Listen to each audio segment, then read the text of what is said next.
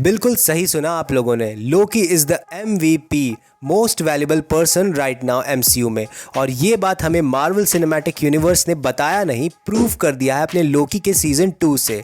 तो फाइनली लोकी का season 2 and हो ही गया, एक ऐसे टोन पे जिससे हमारे दिल में एक सेटिस्फैक्शन भी है लेकिन काइंड ऑफ सैडनेस भी।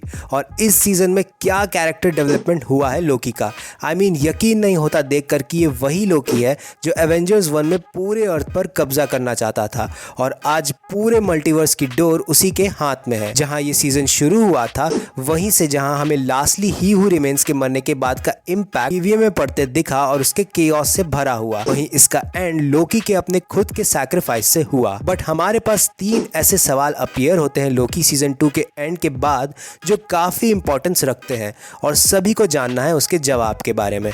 सबसे पहला सवाल ये कि लोकी की टाइमलाइंस को पकड़ने से मल्टीवर्स और हमारे MCU में क्या क्या इफेक्ट पड़ेगा और क्या आने वाले MCU के मूवीज में उसका प्रभाव होगा। और दूसरा सवाल ये कि अब तो लोकी इस पूरे मल्टीवर्स का सबसे मोस्ट पावरफुल बीइंग बन गया है, तो उसका role Avengers Kang dynasty and secret wars में क्या होगा। और आखिरी एंड सबसे मोस्ट इंपॉर्टेंट सवाल तो ये है कि क्या हमें लोकी को आगे दोबारा देखने को मिलेगा कभी, और हाँ तो कब और कैसे। तो एक एक करके सारी चीज़ों पे बात करेंगे आराम से।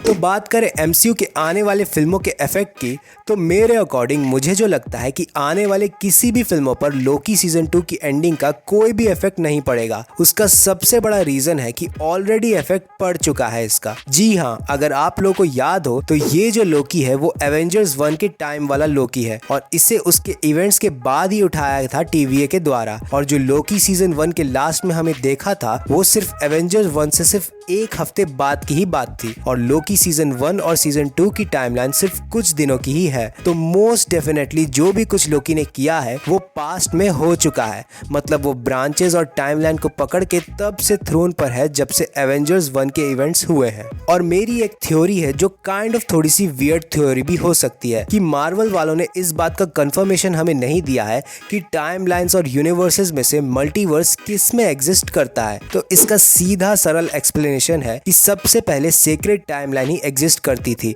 जो कि वन वे लाइन थी। वो कुछ ऐसा करता था विच ही और she does not suppose to, तो एक ब्रांच टाइमलाइन बन जाती थी जिसका रिजल्ट में TVA वाले उस पर्सन को पकड़ के ले आते थे और उस ब्रांच टाइमलाइन को प्रून कर देते थे और उस पर्सन को भी। लेकिन जब सिल्वी ने ही हू रिमेन्स को मारा तो इन्फिनिट ब्रांच टाइमलाइंस निकल गई सीक्रेट टाइमलाइन से और इन्फिनिट पॉसिबिलिटीज भी पनप गई, जिसका एक्सटेंडेड एक्सप्लेनेशन हमें लोकी के सीजन 2 में देखने को मिला टेम्पोरल लूम के फॉर्म में कि टेम्पोरल लूम सीक्रेट टाइमलाइन को अपने अंदर कंटेन करके रख सकता है।